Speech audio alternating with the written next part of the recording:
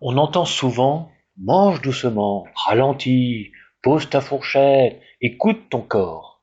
Mais est-ce que la pleine conscience réduit vraiment les compulsions alimentaires? Ou est-ce encore une promesse bien-être un peu vague?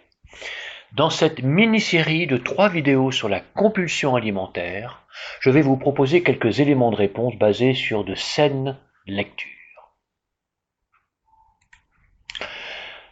La pleine conscience, telle qu'on la connaît aujourd'hui, vient principalement des travaux de John Kabat-Zinn, biologiste moléculaire à l'université de Massachusetts. Dans les années 70, il développe le programme MBSR, Mindfulness Based Stress Reduction. Ce programme montre que la pratique régulière de pleine conscience diminue le stress. Elle améliore la régulation émotionnelle.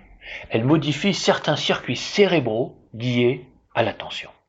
La pleine conscience, ce n'est pas quelque chose de mystique que l'on devrait apprendre dans un monastère au fin fond du Tibet ou du Japon. C'est plus simple et plus accessible que cela. C'est juste une capacité d'observation de la vie en soi dans un environnement proche.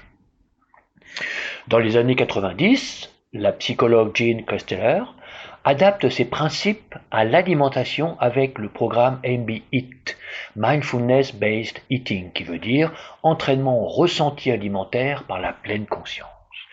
Ce programme a été étudié chez des personnes souffrant de binge eating, c'est-à-dire les personnes qui se remplissent d'aliments dans le sens propre du terme, une sorte de frénésie alimentaire absolue. Le résultat de ces entraînements cliniques montre la réduction des épisodes de perte du contrôle, de la diminution de la détresse émotionnelle, 3. L'amélioration de la relation à la nourriture.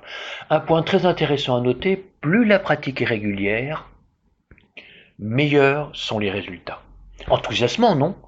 Donc oui, la pleine conscience participe à la réduction, ici dans un cadre formel, à la réduction des compulsions. Mais une question reste ouverte.